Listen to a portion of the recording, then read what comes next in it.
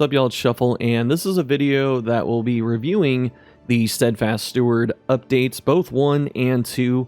Not so much the mechanics in them or all of the changes outside of Leper, because that's the one I want to talk about the most. However, I do want to compare how the first set of changes went compared to the second one, and address a lot of the responses I've seen when people bring up criticism. The first Supdate, as we've been calling it, was pretty good. There were some issues in terms of random bits of balancing here and there and some stuff with the cultists. Overall, though, it was a positive experience. There was a lot of dev interaction, a lot of people talking. It was just an exciting time to be in the community, which, as I said, overall was a rather positive experience, even if there were things that myself or others disagreed with. The first update had to get cut short because they wanted to finish Kingdoms, the third module, Crimson Court. This meant that instead of rebalancing all 5 heroes like they originally intended, we were only able to get 3 done, and those were Occultist, Plague Doctor, and Runaway. After the launch of K3, the third Kingdoms module, we now had time for the second part of the Supdate. This part was going to include Leper and Hellion, the 2 characters that have gotten the least work over the lifespan of the game, and needed it the most, I would say. Hellion had 2 good paths, 2 pretty mediocre / bad paths. The good ones being Ravager, which was the most OP out of the 4, and then Carcass, which was surprisingly cool and solid.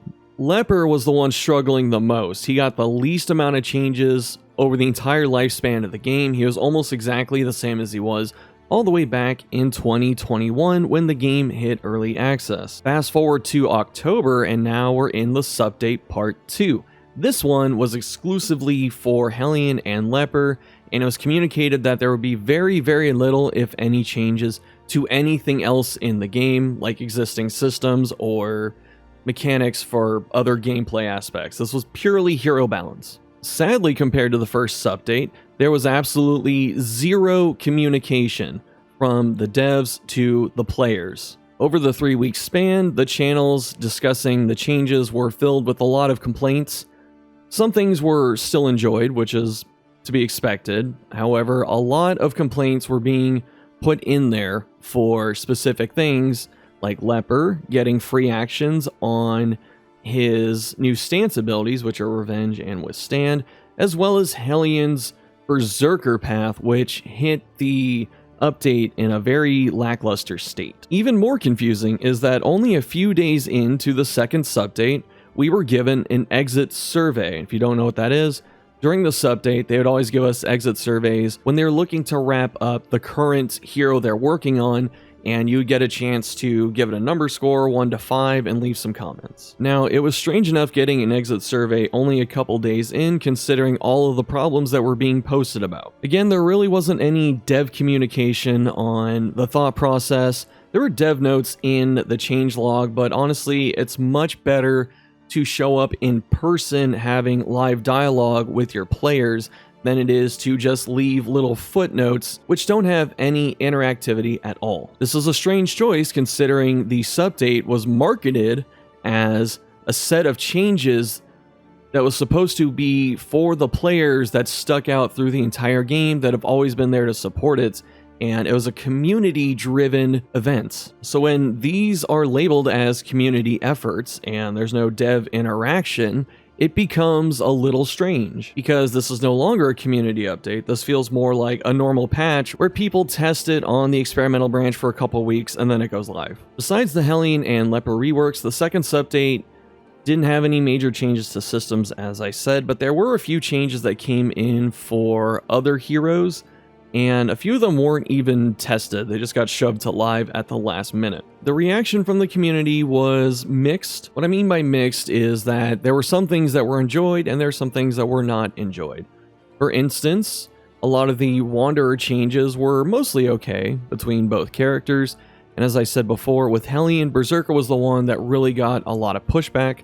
Eventually, Red Hook, even though they didn't talk to us directly, did go and change some more things about Berserker, buffing it quite a bit, making it less clunky and feel bad, although it still has issues. Again, with Leper though, there was zero involvement. There was no one there discussing the pros and cons with the players of Leper himself.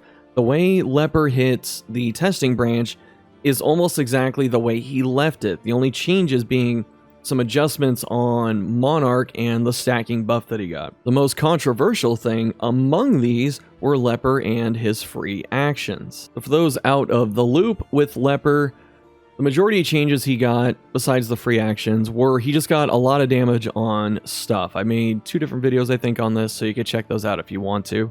And his paths got like different mechanics. Again, I talk about that in other stuff, but what I really want to talk about here are Withstand and Revenge. Specifically Revenge. Withstand, though, is mostly okay. I don't really see too much of an issue with it.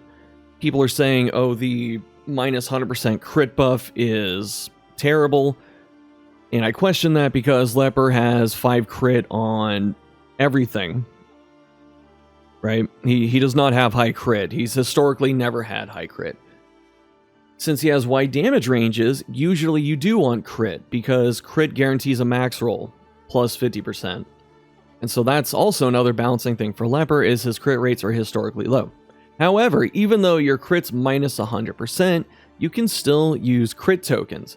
So it's really not minus 100%, because the best thing to do has always been to give Leper crit tokens, and go figure he can still use them. The free action comes in on the upgrade. The buff is the exact same for both Withstand and Revenge.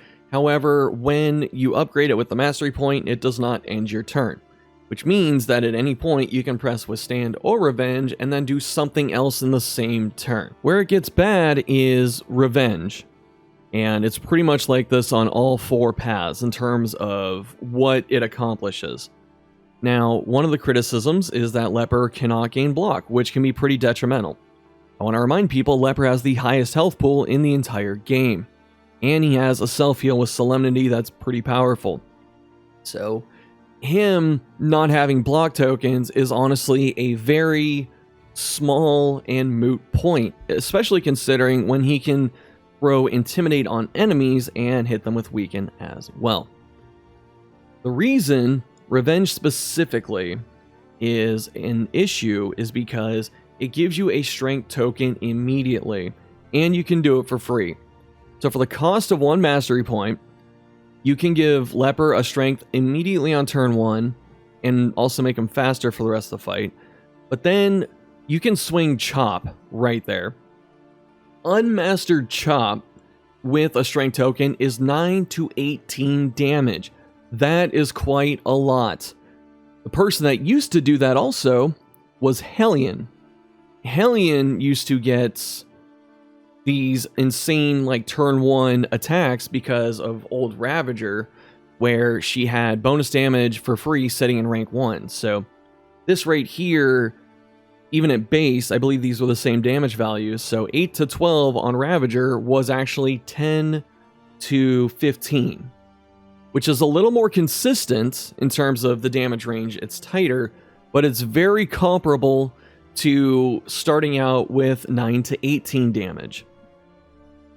In some cases, Leper's worse because of the top end, because being able to hit for over 14, up into like the 16 range, 15, 16, this kills a lot of frontliners that don't have any other buffs on them, no battle modifier, no ordainment.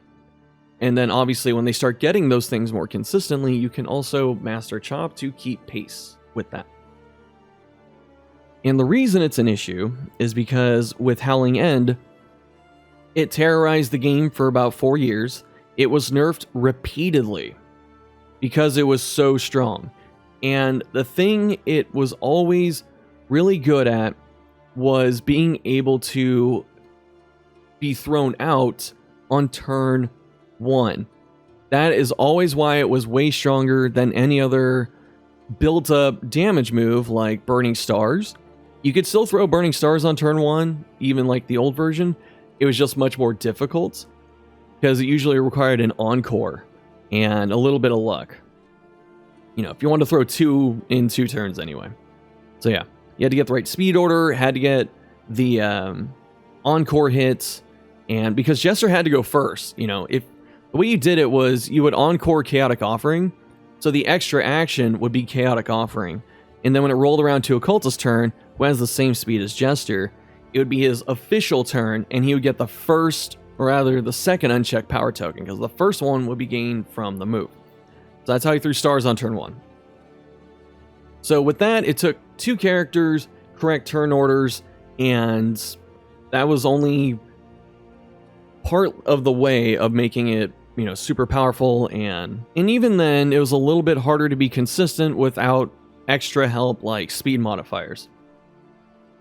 With Leper, he can just do this with no help, no setup. He can just do it. With Leper, he does start blinded.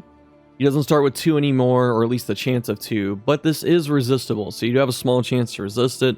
Obviously, items make this better. But just for the face value of it, he does start blinded. And you could say, oh, great, now he doesn't, it's not the same as Howling End because he starts blinded. But really, he can still swing a 50% chance and do it anyway. For some other paths, like Tempest, I was going to say Poet, where he gets bonus damage for negative tokens, he can also just open up with something like Immobilize, or Bash I should say, and then chop after with boosted damage anyway. So it's not a big deal. And him being able to have a good chance of getting a strength token the next turn as well means that he can just constantly throw this out. If he's resisting the blind, or if the blind doesn't try and stick to him, then he can still just keep pumping out these boosted hits. Honestly, I think that makes a good point too, because yes, he does have a chance to be blinded when the fight starts if he doesn't resist it, and you may think that does slow it down, but really, still swinging coin flips for a chance of one-shotting enemies is kind of still pretty good. The fact that he gets speed for the follow-up turns also is pretty powerful, and it's such a powerful thing on here that it still isn't the controversial point of the skill, which is being able to do this for free. That is the main issue overall. It's too efficient, it's too easy to pull off, and the returns are way too good for something like this. I think this could have been done better, of course. Even the free action could have been made to fit better and be less overpowering as it seems if they gave the update more time. There is no new content on the horizon that's been announced anyway, yet the second Supdate had only a 3-week time limit for some reason. The other issue with Leper is that they turned pretty much every path into just a damage path. Wanderer does a lot of damage, still has some survivability. Tempest does a ton of damage, gets bonus damage on negative tokens, and it just, serves to annihilate stuff. Poets, the defensive path. The defensive role, stalwart and unyielding. Except Revenge, the offensive stance, gives you the defensive stuff anyway. This is even stronger considering that with the Poet Leper stuff, even though Revenge is an offensive thing, he still gets defensive utility in terms of getting regeneration. So he's not really ever gonna be in massive danger unless obviously the whole enemy team decides to keep smacking him turn after turn. Then the big thing with Monarch is that he gets this stacking oath where every time he gets a last hit on stuff, he charges up a Monarch Oath, and near the end of the game or campaign in Kingdoms or whatever, he is going to have 66% bonus damage the entire time. An issue outside of just having the free actions is that pretty much all 4 of these paths became offensive paths, even the defensive one, which is a weird choice to say the least. Other common Leper criticisms were not addressed, such as his rank usability on some of his abilities. Yes, Leper doesn't need breakthrough like a forward 2 skill. Leper doesn't need to be able to chop from rank 4. However, there are still some things that would have been nice to let Leper do if he's out of position, so it doesn't feel like he has to take his kingly walk back up to the front and do nothing all the way there. Withstand and Revenge can be used in 4, which is nice, but Reflection can't. Ruin can't. Solemnity can't be used in 3 either, which is a strange choice. These were things that a lot of people have been talking about for a long time, and they didn't address any of that. So that's why it feels like with Leper, they had an idea, they put the idea in the game, and then they just shipped the idea. And there was like no feedback interaction with players. Now, I'm going to show you what I mean about extra actions always being rigorously managed over the game's lifespan. For instance, trinkets, carved bodkin, you have to be bleeding to get an extra action.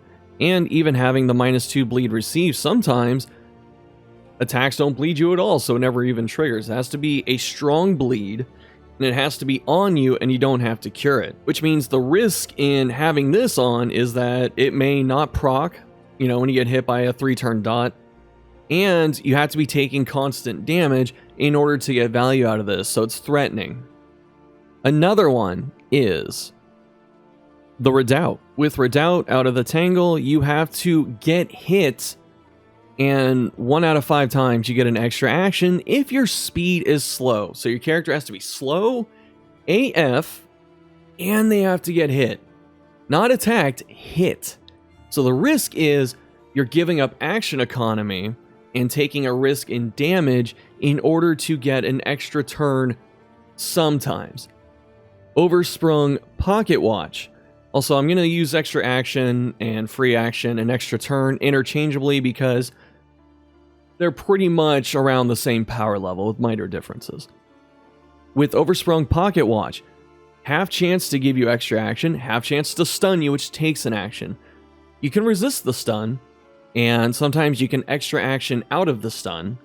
So it's not exactly 50-50, but that's the risk. You always have to risk stunning yourself at a possible inopportune time in order to get the extra turn. Another one, Snap Judgment, a cultist trinket that requires you either run the Shambler spawn pet, which has a lot of inherent danger by itself, or you run a Stain trinket with it, which all of these are not bad, but they're definitely not better than just making your own random trinket set of 2 things that are pretty good. With Snap Judgment, you have to get a lot of extra speed. You have to get up to 12, even if you start at like 8, which only a couple characters can start at 7, 8 without heavy item usage or trinkets. Then you always have to wait a couple turns for Snap to give you up to the extra speed that you need, and you only get an extra action 10% of the time. So the downside is the extra action is a low chance. Usually you have to wait for it, you have to have a Stain trinket on, and if you ever get dazed, there's a high chance that you'll never see it again.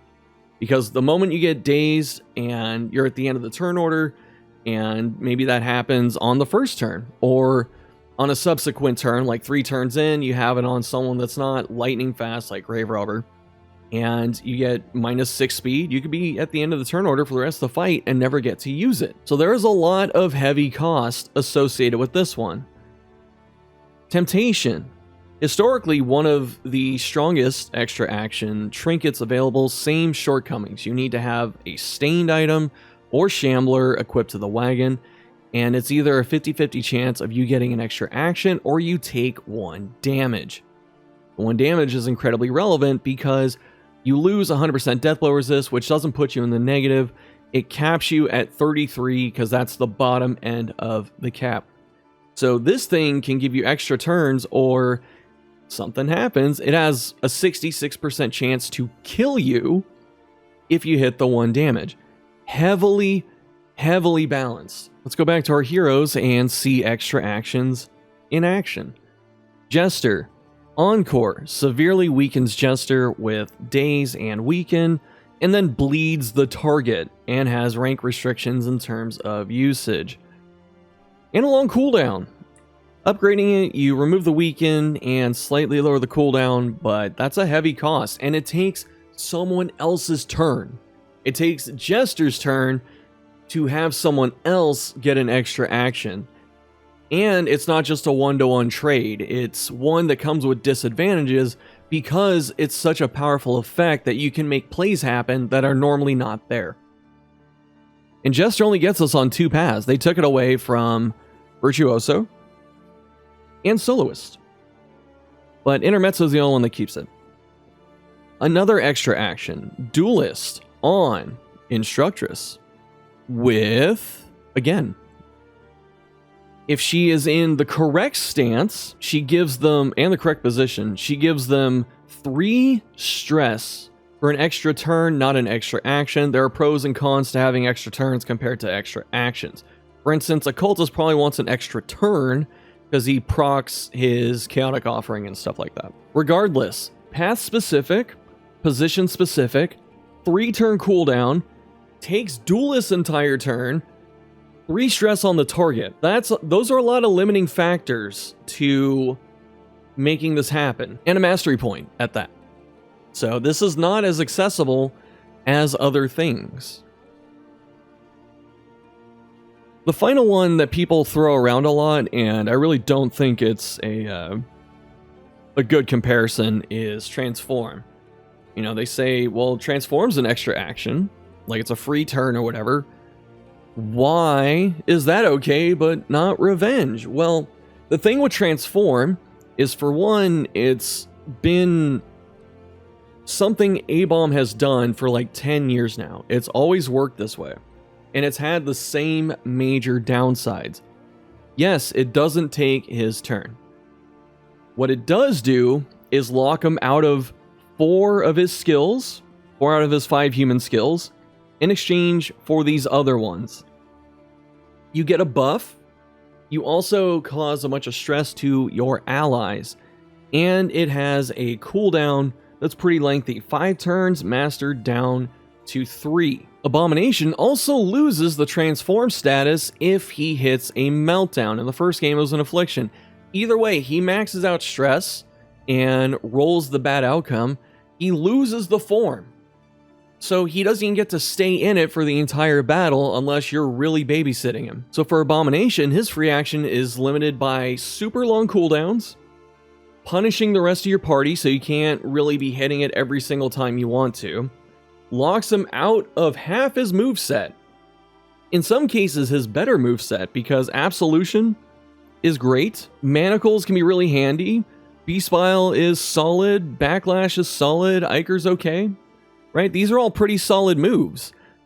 So you're losing all of those for an indeterminate amount of time. The free action of a power-up on Occultist is only Chaotic Offering, only on Warlock, because that is what the entire path is designed to do. It's designed to charge up the unchecked power token as fast as it can to just start throwing out constant damage. However, when you press Chaotic Offering, even though it's a free action, you take 15% damage, you disable the passive of randomly generating the up token. That's a pretty hefty price. 15% damage, disabling your passive, return cooldown up to 2 when mastered, and then the random side effect, which can be a whole list of things that they don't include here in the tooltip, but it can throw Occultist out of position, it can, I think, stun him, blind him, just all kinds of bad stuff happens when you press this button, or potentially happens. Compare all of that we just talked about, the trinkets, the hero skills, the paths, the conditions, compare that to Leper. For 1 mastery point, this is Tempest still, but for 1 mastery point, doesn't even matter if it's Tempest, yeah, for 1 mastery point, he is able to generate a 9 to 18 damage hit that, at worst, is going to be a coin flip. It doesn't take anyone else's turn. It doesn't require anyone else there to help him. It requires 1 mastery point that you get after the valley. And he can pump out a ton of damage and do it quickly because of the speed bonus. As I said, it's fine if they want to go this way, but they should make sure to give this more time to cook and just reduce it, you know, to use cooking terms, reducing sauce and such like that. At this point as well, I want to address some responses to criticism I have been seeing from people in the community at large. I'm going to preface this by saying it's okay to criticize. You don't have to be mean about it, but it's okay to call into question the actions of people and their products. The people on the other side of the screen are adults. They're selling you a product, and in order for you to keep buying their products, it is in their interest to make sure that your experience is at least pleasant enough. The main ones I have seen, people say, why are you complaining? It's free content. It's not content. And having dev work to support your game through balancing is something every studio does if it warrants it and if they can do it. Some indies get the game out and that's all they could do because it didn't do as well financially for them, so they have to shutter the doors. Saying that this game getting balance updates is free content is disingenuous. That's like saying anytime there's a new season in Tekken or some other fighting game that it's free content and you should be thankful for it. No, it's just part of the package with keeping your game fresh and engaging. The other reason you want the vanilla experience to be good and make sure that your players are at least happy in the majority is that it's an investment. It's not free content. It's a long-term investment. If you're happy with the game and you're happy with how the studio treats it, you're more likely to buy DLCs, buy other games they make. So it's an investment. It's not even free. The other response that I saw a lot was when asking about free actions, for instance, we were told that they probably got the feedback elsewhere that said it was good, even though the community spaces were mostly against them. Even the people that support free actions on stuff like Revenge admitted that it was too powerful, or at least too powerful in the current iteration. I do find it strange that when told Leper may have been called fine and ready to go in different feedback channels was a thing, I question where. Because a lot of the public discourse I saw was against it. The only other thing I can think of is the exit survey at the very start of the process. However, most of the people responding to the exit survey are gonna be the people in Discord talking about it anyway, so it's the same group of people. This Supdate had substantially less player feedback and interaction because of the timing of it, as well as the lack of communication. It's awfully convenient to say that the reason something was pushed by the devs wasn't them ignoring your feedback, it was just data that was submitted elsewhere that you can't possibly see, with zero evidence. It all goes back to the problem at the start of the video where there was no communication from the devs, as in zero interaction. Because that's all it would have took. A few red names in the various threads saying, hey, we hear you, we think we're gonna do this. What do you think about this? We'll try this next week. None of that happened. Instead, this felt more akin to an early access patch where they have an idea, they push the idea, and you take it or leave it. All right, that's going to do it. Thanks for watching. Thank you to all our channel members and patrons that help support the content. You're beautiful. Let me know what you're thinking down below in the comments, and I'll see you next time.